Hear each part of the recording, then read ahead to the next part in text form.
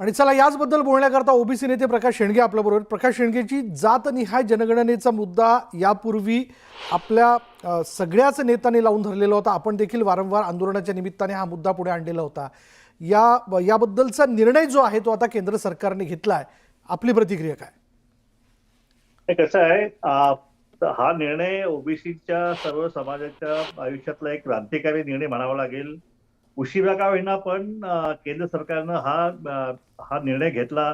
ठीक आहे, बिहार निवडणुकीच्या तोंडावर असेल किंवा त्याचा पॉलिटिकल अँगल काही असेल, पण गेल्या जवळजवळ 3 दशकाचा आमचा लढा जो आहे त्याची आज यशस्वी सांगता झाली.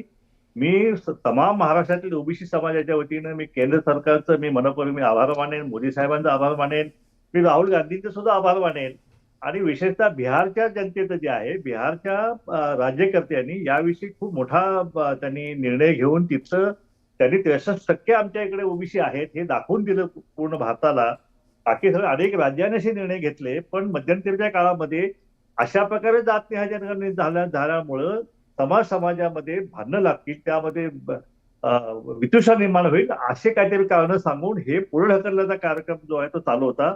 पण आता निवडणुकीच्या तोंडावर का होईना पण हा निर्णय जो आहे तो झाला, त्याचं मी स्वागत करतो.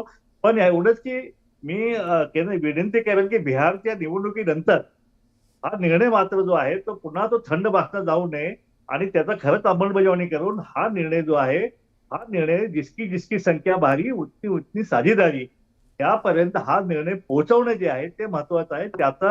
त्याची जी फळं जी आहे ते लहान लहान ओबीसीच्या लहान लहान समाज घटकापर्यंत त्याचे फायदे पोहोचले गेले पाहिजेत. निधी शाळेचा असेल, बाकी सगळ्या सामाजिक सगळ्या योजना असतील, या सगळ्या योजना ज्या आहेत त्या संख्येप्रमाणे त्या समाजाबरोबर तर भारत देशाचा जो आहे, हा देशाचा विकास जो आहे तो या जमातीच्यामुळे झाल्याशिवाय राहणार नाही. त्यामुळे या क्रांतिकारक निर्णय त्याचं मी नक्कीच स्वागत करतो. प्रकाश शेंडगेजी, सर्वसामान्य माणसाला खरं तर आत्ता क्षणाला या निर्णयानंतर हे जाणून घेणं फार तो इच्छुक असेल या विषयाला घेऊन, की याचे नेमके फायदे काय होणार आहेत? याचा कसं आहे की कोण किती आहे काय माहित नाहीये. सामाजिक न्यायाचं बजेट जे आहे त्याच्यावरती फक्त डल्ले मारायचं काम यापूर्वी झालेलं आहे. आता महाराष्ट्रामध्ये ओबीसीचं आरक्षण जे आहे त्याच्यावरती कालच त्यांचा रिपोर्ट आता शिंदे समितीचा 58,08,000 कुणबी नोंदी घेतल्या. म्हणजे हे ह्या ज्या छोट्या छोट्या गरीब जमाती आहेत त्यांचं आरक्षण फस्त करण्याचा कार्यक्रम सुद्धा या राज्यामध्ये हा झाला आपण पाहिलेला आहे. आणि म्हणून मी विनंती करेन आपल्या माध्यमातून की जरी ही जातनिहाय जनगणना झाली तरी महाराष्ट्रामध्ये मराठा समाजाची जी जनगणना जी आहे ते आता बोगस कुणबी दाखले 58 लाख आहेत, त्यांची जनगणना मात्र होता कामा नये. नाहीतर पुन्हा हे जातनिहाय जनगणना होऊन सुद्धा जर मराठी ओबीसीत घुसणार असतील तर महाराष्ट्रातल्या ओबीसीला मात्र काही न्याय मिळू शकणार नाही. म्हणून ही सावधानता जी आहे ती सावधानता महाराष्ट्र सरकारनं पाळली गेली पाहिजे.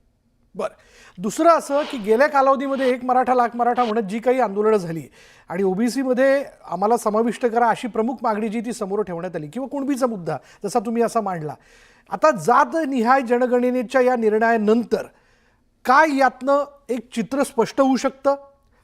जो काही एक वाद या सगळ्याच्यातनं पुढे येत होता तो वाद थंड होऊ शकतो? कसं आहे, आता बघा जरांगे साहेब म्हणतात की आम्ही 50% आहोत. आता जातनिहाय जनगणना झाल्यानंतर दूध का दूध पाणी का पाणी सगळं होणार आहे ना. मराठा समाज किती आहे, ओबीसी किती आहे, बाकी सगळं भटके विमुक्त किती आहेत आणि त्या प्रमाणामध्ये मग त्यांचं आरक्षण जे आहे त्यांचं आरक्षण त्या समाजाला मिळू शकेल. फक्त एवढंच की ह्या ज्या पुढारी जमाती आहेत त्यांनी पुन्हा एकदा आणि काय आंदोलन आणि हे मागे जसं वेठीस धरलं गेलं संपूर्ण मराठा आरक्षणमुळे ते आम्हाला ओबीसीतनंच पाहिजे, घेतलं तर ओबीसीतनंच घेणार, नाही तर घेणारच नाहीये. वास्तविकता मराठा समाजाला 10% आता ईडब्ल्यूसी आरक्षण मिळालेलं आहे आणि ते बहुतेक राज्यांमध्ये बाकी राज्यामध्ये सुद्धा मिळालेलं आहे. जाट असतील, बाकी सगळे असतील त्यांनी घेतलेलं आहे, गुजरातमध्ये पाटीदार असतील, सगळ्यांनी घेतलंय. फक्त महाराष्ट्रामध्ये सुद्धा या मराठा समाजाने 10% आरक्षण घेऊन त्यांनी समाधानी व्हावं. या गरीब ह्या ओबीसीच्या आरक्षणामध्ये त्यांनी हक्क सांगू नये एवढीच आमची विनंती अजून सुद्धा आमची आहे. ती आजही राहणार, उद्याही राहणार, परवाही राहणार आहे. धन्यवाद प्रकाश शेंडगेजी आमच्याशी बोलल्याबद्दल. तर जातनिहाय जनगणनेचा एक